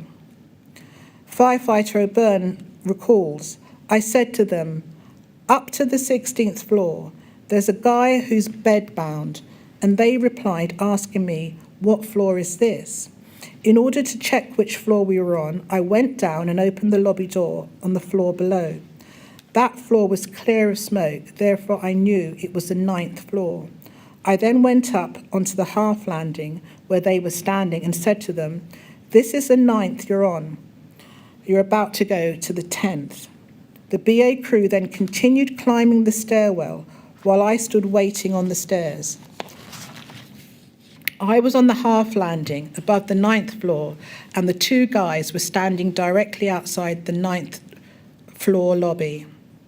Sam recalls the firemen stating that they could not tell which floors they were on, as there were no signs. They asked him which floor, and O'Byrne went and showed them, because Sam did not know. One of the firemen opened the door to the landing on the floor to try and see the number, but it was too smoky. He then ran down a level and returned saying that they were on the 11th. The fireman then went up the stairs again. Now, there was some confusion in the evidence of firefighters Stern and Hipple as to whether or not they went up the stairs looking for Joe with Sam and with firefighter O'Byrne. But in their oral evidence on the 19th of July of 2018, crew manager Stern said that he travelled up with firefighter Hipple. Firefighter Hipple, for his part, said he doesn't recollect why firefighter Stern would originally have said that Sam travelled up with them and where he would have got that information from. Firefighter Stern had initially observed when he first spoke to Sam that, quote, "The 16th floor, I just thought, honestly, it's a bit of smoke. He must be over-exaggerating because it's 10 floors above, 12 floors above from the flat where the fire was. But we made our way up." That initial reaction that Sam was exaggerating was soon to be disabused, because upon arrival on the 16th floor, firefighters Stern and Hipple were greeted with smoke that was very bad indeed. They were unfamiliar with the layout and unaware of the numbers and could not work out which was which. Firefighter Stern described arriving on the 16th floor and being faced with a smoke-filled lobby. The smoke had now reached the ceiling, so he shut the door again. He says that firefighter Hipple was in front with firefighter Justin St. Aubin. Again, in his oral evidence, he clarified that Justin was in fact Justin O'Byrne, and now he wasn't sure whether or not Sam had been with them on the 16th floor or whether he had remained behind with firefighter O'Byrne. Firefighter Hipple, likewise, resiled from his earlier statement and said it is likely that they were on that 16th floor by themselves and Sam and firefighter O'Byrne had remained on the lower floors. Firefighter Stern said this when he gave his evidence in Phase 1. I remember confirming it was someone, but since that incident I've spoken to other firefighters and Justin, so I just don't know whether I'm mixing up my memory from what was said or what was done. So I don't know if there was a resident in question with us. I remember trying to confirm with somebody. I thought there was someone there. I may have been mistaken. I don't know if my memory was playing tricks on me, but I did try to speak to someone to confirm if it might even have been firefighter Hipple that I spoke to. I don't know. Firefighter Hipple notes that when they arrived on the 16th floor, there was the same black smoke they had encountered below on the 6th floor. There was zero visibility. In fact, it was so poor that when he put his hand up to his mask, he could not see it. Sam remained waiting with firefighter O'Byrne on the lower floor. After about 5 minutes, Hipple and Stern returned and said they could not tell which floors they were on. There were no signs. This meant they could not find Joe. They asked which floor Sam and O'Byrne were on. Sam did not know. One of the firemen opened the door to the landing on the floor to try and see the numbers, but again it was too smoky, and he ran down again to look. They went up the stairs again. Sam recalls shortly after they came running down, looking, quote, petrified. Sam asked the last firefighter about his father and was told that they could not do anything. This firefighter told Sam that no one could go up there, and Sam had to leave. Sam turned to firefighter O'Byrne, who also told Sam to get out. The visibility was poor, and that may well explain why identifying people was so nigh on impossible. Firefighter Hipple erroneously described a man as Sam being present and holding the door open on the 16th floor landing. This could not be and was not Sam. Firefighter Stern states that the man whom they referred to incorrectly as Sam directed them to the flat, to the right door. Again, that was not Sam.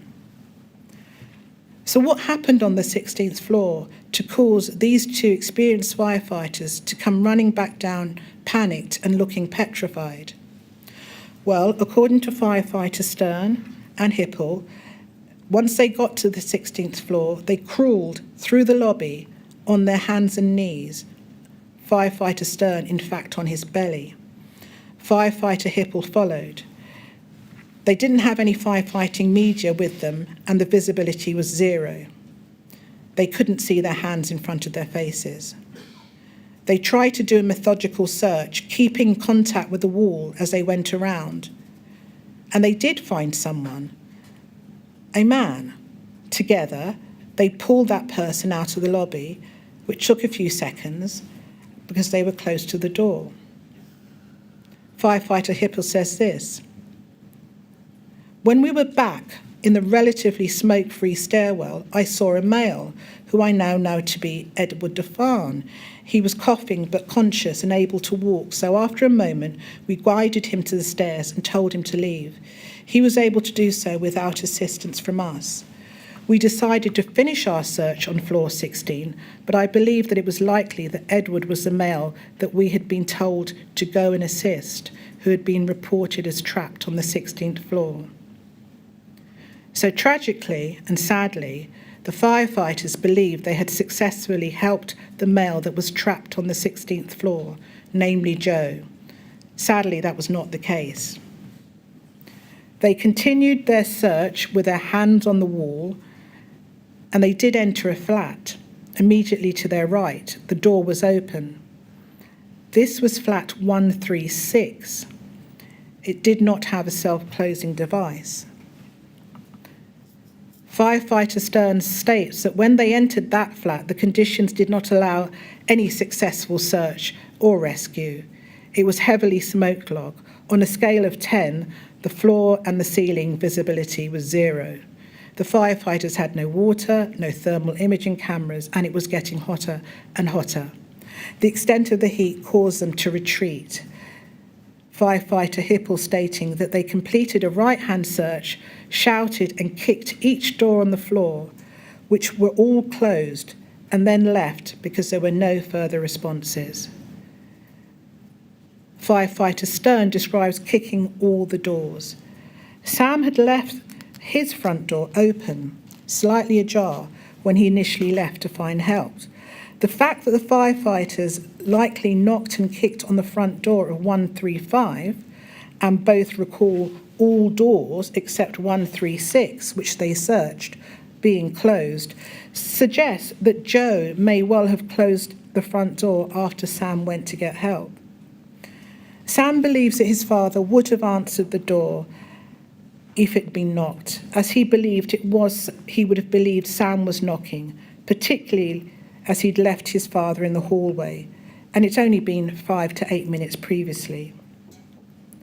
The Phase 1 report found that the flats which the firefighter entered on that floor was likely to be 136. This follows from the fact that flat 136 was the first flat to the right of the lobby entrance in the direction of Sam and Joe's flat, and it was the only flat then on fire. The firefighters were unable to send any messages regarding floor 16 and decided to hurry back down the stairs to the bridgehead. When they came back, they effectively said that they'd not been able to do a thorough search of floor 16 due to the thick smoke in the lobby and the fact that they were low on air and that it was so hot and they had no firefighting equipment. Sam was still with firefighter O'Byrne when they got back, and he was told, "We'll have to send another crew up there." Conditions on the 16th floor due to the smoke and the escalation of the fire were becoming fatal. Firefighter O'Byrne notes the following unsuccessful deployment and says, in relation to Joe, "The guy wouldn't be able to survive in those conditions for more than 3 minutes. I knew that the guy's dad wasn't going to make it out alive." Sam recalls that shortly thereafter, when they had come running down the stairs, the firefighters left and signalled to firefighter O'Byrne that the conditions were dire. When Sam asked about his dad, O'Byrne responded that it was too dangerous and they all needed now to get out. Sam asked the last firefighter again about his father, but they said there was nothing they could do.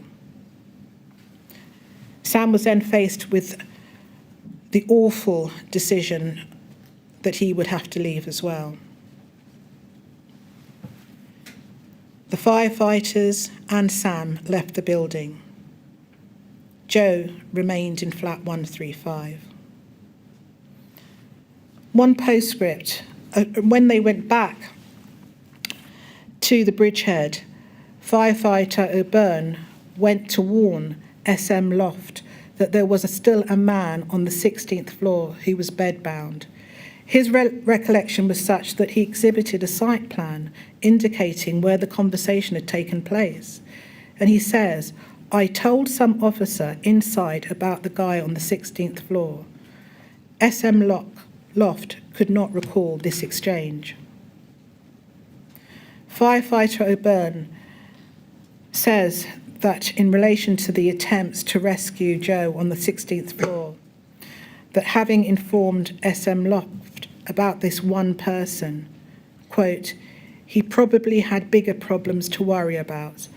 I thought if I gave him the information, then I don't have to worry about it anymore, and I can find something else to do.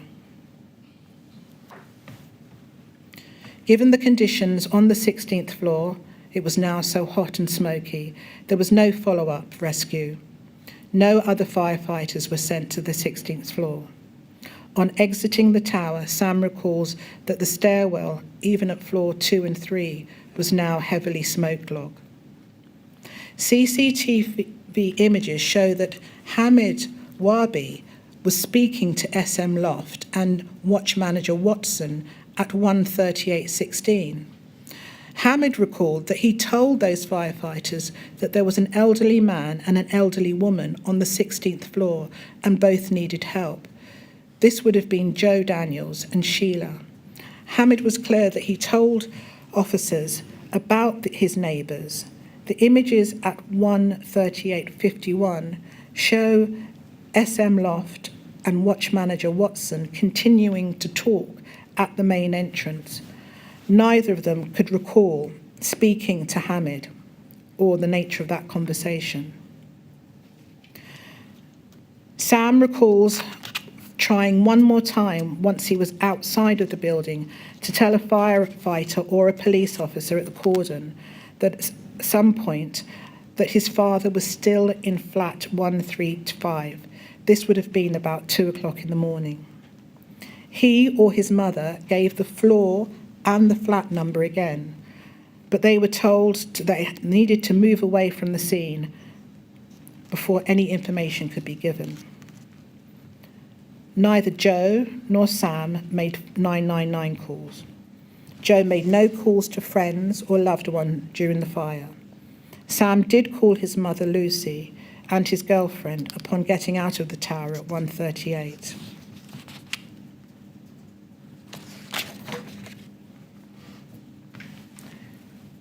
He was then faced with the prospect of remaining at the scene, knowing that no one was going to go to floor 16, and that his father would not be rescued.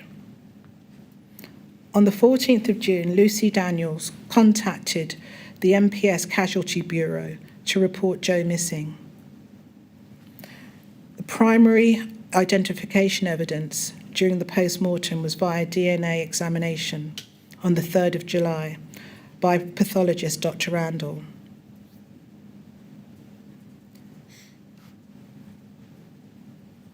The flat displayed evidence of complete burn damage with no internal walls or wall coverings remaining. The ceiling covering was intact but very damaged in places and displayed smoke damage. Most of the window frames were still present but not complete. They were badly damaged and not secure within the window apertures. Flat 135 featured complete fire damage. According to the archaeological examination undertaken between the 2nd of July and the 18th of July 2017, it can be established with high confidence that Joe died in the living room area of the flat. A post-mortem was conducted by Dr. Randall on the 3rd of July. In terms of the provisional cause of death, it was recorded as consistent with the effects of fire. This was confirmed in the final post-mortem that was conducted on the 8th of October 2017 and the 23rd of October 2017. On the 14th of November 2018 and the 22nd of November 2018, Toxicology Analysis indicated that carbon monoxide appeared to be present in Joe's blood, but it was not possible to establish the levels of concentration due to the condition of the blood sample. The result indicated that Joe Daniels may have inhaled carbon monoxide prior to his death, but it was not possible to say how much and whether it contributed to his death. Professor Perce, in his analysis in relation to Joe, says as follows: it is likely there was some smoke penetration in flat 135 around the flat entrance door from the lobby after the door was opened by Sam at approximately 1:25. If the flat door remained opened after Sam left, it is likely that the flat would have filled with dense smoke within minutes. This could have resulted in Joe inhaling a significant dose of asphyxiant gases capable of causing collapse after 10 to 15 minutes and death some minutes later. If the door was closed by Joe, and bearing in mind the firefighters noted that all doors on floor 16 were closed, save the one they entered, then there was a likelihood that it could have been a gradual penetration of gas smoke from the lobby, resulting in a gradual, slow uptake of asphyxiant gases over the next hour, but that would have been insufficient to cause incapacitation. The smoke penetration from the exterior fire would have continued until about 02:32 to 02:34, when the fire spread outside the flat 135 bedrooms. The conditions in the living room would then have deteriorated rapidly as the exterior fire spread past the north side of the living room to the corner column A1 around 02:49 to 02:55. Professor Perce further notes that the conditions in 135 are predicted to have deteriorated more rapidly after the exterior fire spread outside the bedrooms from approximately 02:34 onwards, so that based on his analysis, the flat fives higher up the tower, he would estimate that Joe, if in the living room, would be likely to have lost consciousness from the inhalation of asphyxiant gases by approximately 3 a.m. to 3:10 a.m., with death occurring a few minutes later. Evidence of inhalation of asphyxiant gases is provided by the presence of COHB in his tissues and soot in his airways. These findings were considered consistent with death due to the effects of fire, most likely from asphyxiant effects of inhalation of fire fumes. The findings confirmed that Joe Daniels inhaled smoke and asphyxiant gases before he died. So, sir, in conclusion, Joe Daniels was a long-standing and established resident of Grenfell Tower and the community there. He lived to the age of 69. He'd been a husband. He was a father of 2 adult children. Joe had struggled for many years with his physical and mental health difficulties. He had a diagnosis of dementia, but he was not defined by his disabilities. In this country, we have a long history of disability legislation, and yet, as a society, do we actually treat our fellow citizens with disabilities with the respect, equality, and dignity they deserved? Do we really care? The disproportionate number of disabled residents who lost their lives in the fire should give everyone cause for concern and would seem to suggest that we don't care. Joe had a lifetime of experiences and memories both in India and the UK, and the many other countries that he travelled to. His son Sam tried his best to provide his father with a safe, contented existence in the tower and to secure for him the help and assistance that he was entitled to. On the night of the fire, Sam tried his very best to protect his father in almost impossible circumstances. Joe Daniels was loved, and he is dearly missed by his family. Thank you, sir.